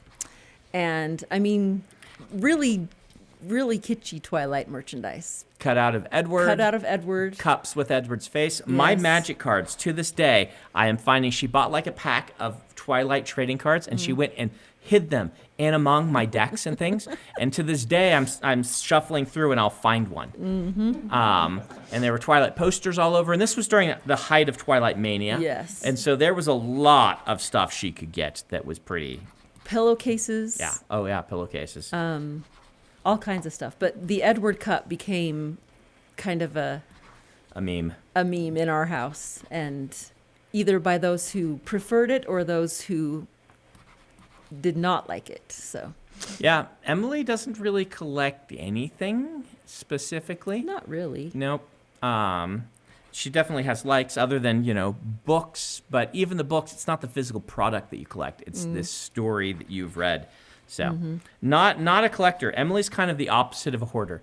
I wouldn't say that she's as super aesthetic. No. Ascetic? Ascetic. Is that what the word? No. We're Ascetic? Ascetic. We're yeah. Anyway. We got plenty of stuff. We got plenty of stuff, but she's the one who's always like, let's give this away. Let's trim this down. We don't need this. It's very hard on our children. And Brandon's the one who's always like, I need all that stuff. And do our it- children take after him. Yeah. Miss Silver from the chat says, can we have Design's recipe for ramen noodles down to the exact grains of salt and herbs used? Well, we'll have to ask the person who's making the Cosmere cookbook someday to figure that out because, yes, she does like to count the grains of sand or of salt. It's just the sort of Sand thing. would be a very bad ramen. Yes, it's the sort of thing you do when you're a cryptic. And the follow-up is, also, did Hoyd give her the recipe or did she make it up herself? Who taste tested it? She made it up herself and she tried it on poor, unfortunate people that were offered free food. Elsecaller175 says, is the quote-unquote survival shard one of the newly introduced shards, namely virtuosity, mercy, invention, valor, or whimsy? Raffo! Can Yumi's magic work on splinters other than Toria's spirits? And is Nightmare's painting an invested art along the lines of allomancy or sand mastery? So, good question. We've covered the painters one. Yumi, let's just Raffo Yumi. You will find out more in the book. Sleepo Peepo says, both painters and Yumi's magics involve transforming spiritual entities into other objects and shapes. Are they using the same basic system as one another, just different applications? And is there a connection between these arts and trapping, sprint, and fabrials? Yes and yes.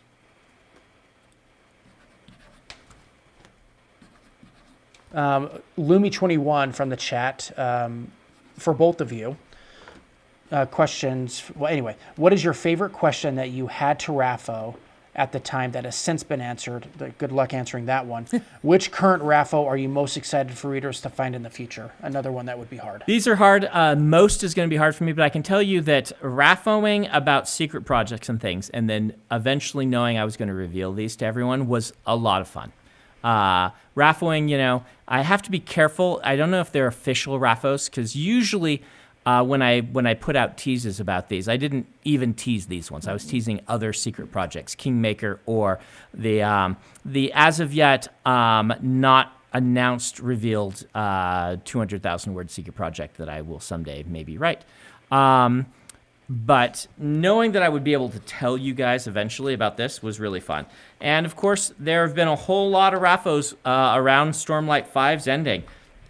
And I am in the thick of working on that now. And it's very fun to imagine you all getting some of these things. Like I wrote a big email to Peter and Karen today saying, all right, let's continuity check this big reveal that I'm planning to make and make sure that that everything's all working together. And so they're working on that. And it's going to be fun to bring this stuff to you.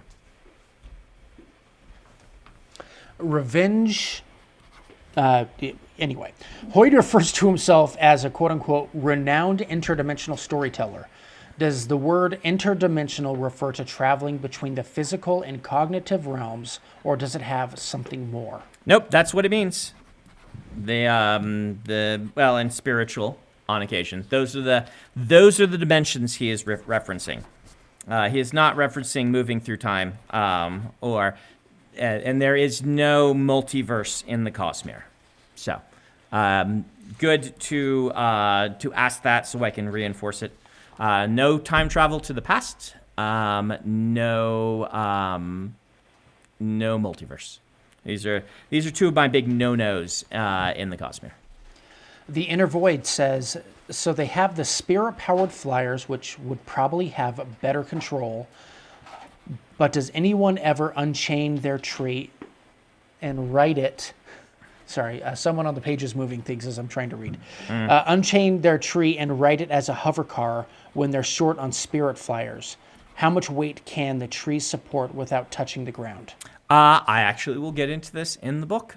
So I will raffle that, but do be aware that I am aware. Let's just say, I think Hoyd may have warned you. If he didn't, it's not just thermals that are making the trees fly. I think that's probably pretty obvious, but just in case, it's not. Howard Lyon wants to know if there's a multi-mirror. A what? Cosmere, Yeah, but multi-mirror is multi-mirror. what he called it. Multi-mirror. Multi-mirror, yeah. Yes. Oh, Howard. No, there is no multiverse. There's only Gruul. Or no, Zool. Zool. Yeah, there's no multiverse. There's only Zool. Very Nice Name 16 says, is this Hoyd recording a podcast? He kind of seems to be talking to people on several planets at the same time. Raffo. If that turns out to be true.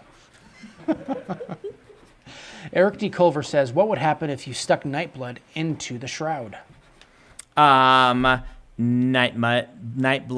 would feed upon the investiture, as he is wont to do. Nate TCU says, are we going to find out? Okay. Can they deduce who's going to be who Hoyd is telling the story to from Secret Project? I don't really think that you can. There is some contextual clues, but there is room for debate, and so it's not going to be as Robert Jordan put it. I think I said this before. He would always say, "Oh, it'll be intuitively obvious to the casual observer." It will not be. So don't spend the whole book distracted by trying to figure that out. I will recommend that you will enjoy the story better if you just enjoy the story. And then when you look back, be like, I wonder what this means. I wonder what that means. But it's not a puzzle that I'm building for you to figure out. Jeff S. says, are High on Television's black and white, full color, only cyan and magenta, or something else? Raffo. That was a fun question. Mm-hmm. Missborn Taylor says, if you burn 10, could you see through the shroud? Yes. Is Hoyd still in a relationship with you-know-who? Would you salt Design's food? So two different questions right there. Okay, to Raffo, and would I what? Salt Design's food. I would salt Design's food because she is working very hard to create something, like she's shooting for median enjoyment. Or maximum enjoyment by the median number of people or whatever. I can't say it in the math terms, but she's got a spreadsheet and a whole graph plotted and figuring out what people like the most and trying to create the soup that will be enjoyed by the highest number of people the most. Which means that probably more salt than is healthy for you, but not Brandon level. World Hoppers Podcast says, what synonyms did you go through before choosing virtuosity as the new shard? We kind of already talked about that. Artistry was the only other big one. I did shoot it to the company, and people shot back some suggestions otherwise. But none of them, everybody who was shooting back said, we agree that those two were the best options. And I picked the one that I liked the most. So. There's a question I just saw in the chat. I need to scroll up to it from Jose Flores. They say, will this book give us most of Virtuosity's story, or will it come in a future book? It will come in a future book. Cron Death says, in Design's Noodle Shop, is Design's Noodle Shop still in business at the time Hoyd is telling the story, under new management or otherwise? Raffo. Radiant JPB31 says, are there any Easter eggs in any previous Cosmere works that are references to any of these secret projects that we will recognize once we've read them? Or were these all brand new ideas added to the Cosmere from where it stood before you started writing them? You will find Easter eggs, but they've all been fairly well documented, of Aethers appearing, which Tress is on a world that involves the Aethers tangentially. It's not the main core Aethers. So yes to that. And then it's not really Easter egg. Like Secret Project 4 is something that I've been laying groundwork for, but that's different from Easter egg. Like when you read Secret Project 4, you'll be like, oh, this is what he meant by he's been laying the groundwork. It's a story that I have been preparing to tell, and that you are prepped to read, that you can read if you haven't read anything else in the Cosmere, but you will enjoy more if you. In fact, I actually am going to give you a minor spoiler on this, and we're gonna be putting this probably in the description, so it's gonna be spoiled for everyone. So even those who don't want spoilers, this one is one that we're probably just gonna make part of the thing on Thursday. It is Stormlight adjacent, and so. That's just, I'd warned you that it's one of the books adjacent. We're just going to go ahead and let people know it's Stormlight adjacent. I think that will factor into whether people are interested in, digging in or not, because those who haven't read the Stormlight Archive might not read the spoilers on that one, and those who have might read only the spoilers on that one. So it's like Easter eggs? No. Full-on building toward? Yes. So Yumi and Nightmare Painter is the one that there are no real seeds for. It's just a story that I conceived and decided to write on a planet that is how shall I say, connected to another one in ways that are interesting. And that, but that don't take a big part of the major Cosmere. Don't play into the major Cosmere in large ways, if that makes sense. From the chat, Jonathan Steitzer says, parts of your other works deal with spirituality and ethics. How much do you feel your faith informs your theological frameworks and digressions, such as in The Way of Kings? I would say that it does inform quite a bit. Being religious myself and being interested in religion has made me enjoy researching the ways that all different types of cultures interface with the divine, or the ways that we turn toward humanism, and all of these different things are fascinating to me. My own religious upbringing and current sort of religious thinking does inform how I explore the world, though I've never thought that I'm sitting down to teach anything. I don't consider my books allegory in any religious sense. I just consider them me exploring the world and exploring the things I've read about and learned, and trying to learn more by writing. From the chat, Nomi Sunrider says, do the people on Painter's Planet have weird biological quirks due to living in the dark so long? I am sidestepping this by use of the Hyon, or the Heon. I think Heon is the right way to say it. You can say it however you want. For the most part, they are not going to deal well with sunburns. Like they would. Let's just say that not a lot of that going on. But at the same time, this has been going on a short enough time, evolutionary wise, that the adaptations would be very slight. You don't see a whole ton of that happening in the centuries that they have been living like this. Flameg says, if you were to drop a rock band and 300 of their most devoted followers onto Yumi's planet, and they performed a set that blew their fans' minds, would the spirits show up to watch? Yes. Does whether or not they know about the planet's magic system change the answer? Yes. Changes the potency of what they're doing. So. Joe H. from the chat says, does Hoy do any sort of investigative research to verify important details of the story he tells? Yes, he does quite a bit. You can assume that he, again, you're just reading as they come up. But I do think this is relevant and important to people. You can assume that this is canon, that he has done his legwork and he is telling a story the best that he can, which is better than any normal storyteller could. 8 Giraffe 8 says, when Hoyd says the nightmares descended on Painter's planet 17 centuries ago, has he converted that for the general Cosmere audience? Yes. Like how he just called Painter 19 years old? Yeah, he has converted it, yes, in the same way that he says, we'll call him 19. Yeah. You can assume that I am doing that for most stories, or that Hoyd is for the stories he's telling, except with some exceptions. We don't do it on Roshar, for instance. I'm going to finish the question just in case it changes something.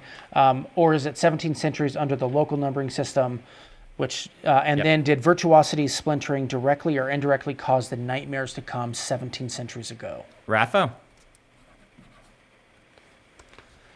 And from the same person, you've talked about your experiences in Korea before, so it's neat to see that you're now using Korean and Japanese inspiration for Yumi's and Painter's worlds. Are the names and terms in the story going to be informed by real-world words or meanings, or are they purely aesthetic? They're mostly aesthetic. I mean, obviously there are going to be some, like I call it a tobok, the costume that she puts on. Bok is Korean for clothing, right? When you wear a hanbok, it's a Korean traditional clothing. This is a tobok. And so I'm doing a few things like that, right? Nimi is obviously based, if you know Korean, off of Nim, which is the Korean version of, what do they call it? Do it in Japan. San. The honorific. San, yeah. Nim is what you would say in Korean, and Nimi is just straight a riff off of that. It's me using a word to translate into English a thing that they are doing in world. You're going to see some more of that and whatnot, but a lot of the names, going and saying, what does this name mean? Is not a thing. I learned my lesson in the first draft of Elantris, shall we say, where I based people's names off the meanings of the Sions or the Aeons that were then, and then you just flip to the appendix and be like, oh, I guess this person's a traitor. Who names their character, their son, traitor? And I'm like, the alpha readers caught that one. I'm like, that is a bad way to do this. And then I named people based on what you would actually name people. And yes, they're based around aeons, but it doesn't necessarily mean that it matches their personality. In the same way, you could probably break down some of the Korean morphemes, and Korean more than Japanese, because I know my Korean better than I know my Japanese, and be like, oh, this is obviously, Yumi is, me means beautiful in Korean, right? So it's a very common morpheme in a lot of women's names. You could do that, but I don't think it is, I'm not doing it intentionally to be relevant to the plot. I just am familiar enough with how words and names are constructed that I can go to base sounds and build things in the same way that I built Elend, not knowing that Elend actually means something in German, because I was just going back to base Germanic. And so don't read too much into it, but you can find some things like that you'll be able to split. I have 2 questions left on this list, and we have 4 minutes left on stream. Do we want to answer these questions and then have Kathy come on, or just have Kathy come on? Yeah, let's go ahead and answer these questions, and then Kathy gets to do her thing. Her punishment? Yes, her punishment. Yoon Truyi says, is the magic system being used end neutral? It appears to be using their identity to fuel it. Or is that just other magic shenanigans going on causing that kind of effect, making them grow tired, losing themselves, etc.? Raffo, the book will answer some of this, but not all of it. And final question, is Virtuosity the shard Hoyd turned down? Could it have become something different if he were the one who took it? So it could have become something different slightly, but if he would have taken it, it would have remained as Virtuosity. Just the vessel does have some influence over, and that is a very good guess. I'm not going to tell you yes or no. I'm just going to say you've made a very good guess. And that's it. That's all I have. All right, so now we get to have some fun. Yeah, where do we want to put her? Now, Put it right here. okay, do you want to... Emily will watch from off screen. Bye-bye. Thanks for coming, Em. Maybe Emily should be here to hold my hand. So, for those who don't know, Kathy is frequently in our chat, having a nice frenemy conversation with Adam. No, just a straw. She is my sister-in-law, and she is on Emily's operations team. Yes. Does a lot of facilities work for us and things like that. And if you'll recall, she made a pretty interesting promise, which was how much did we have to get to? I think it was 20. If we 20 million. if we It was if we 21. hit 21 million, Yeah. that you would drink a Pepsi. Yep. Why is this such a difficult thing for you? Because I am a Diet Coke fan, and Pepsi is It's formed part of your identity. immoral.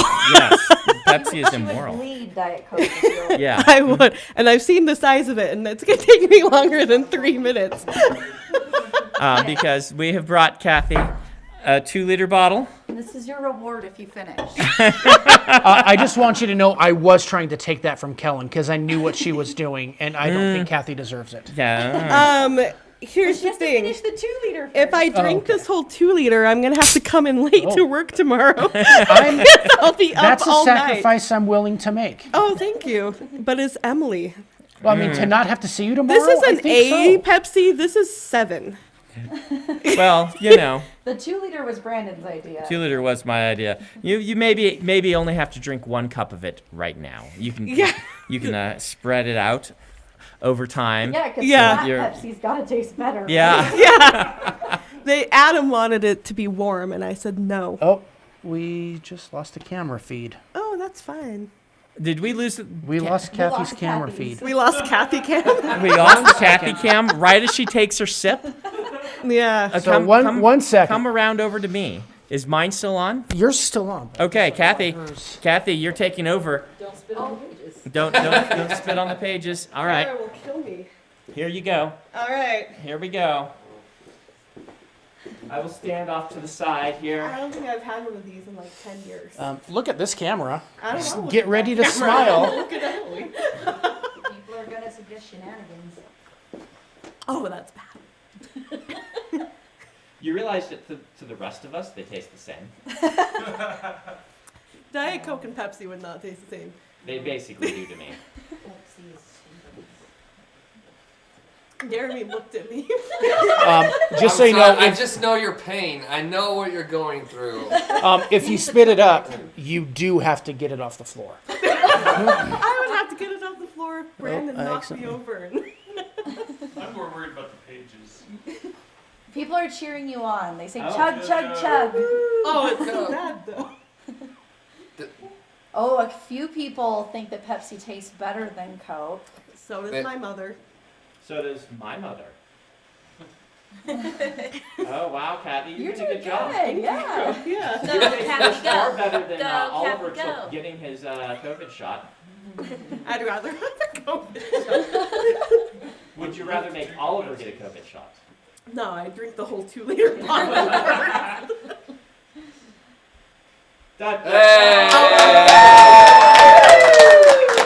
Okay, you have 70% left.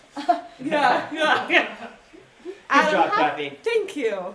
All right, we'll be back. Well, we'll be back next week to talk about Secret Project 4 and Secret Project 4's chapters go live in 2 days, and we have under 10 days. Yeah, we've got 9. where we end on The 31st at 5 o'clock. 31st, Thursday the 31st at 5 o'clock. All right. Thank you guys. Take care.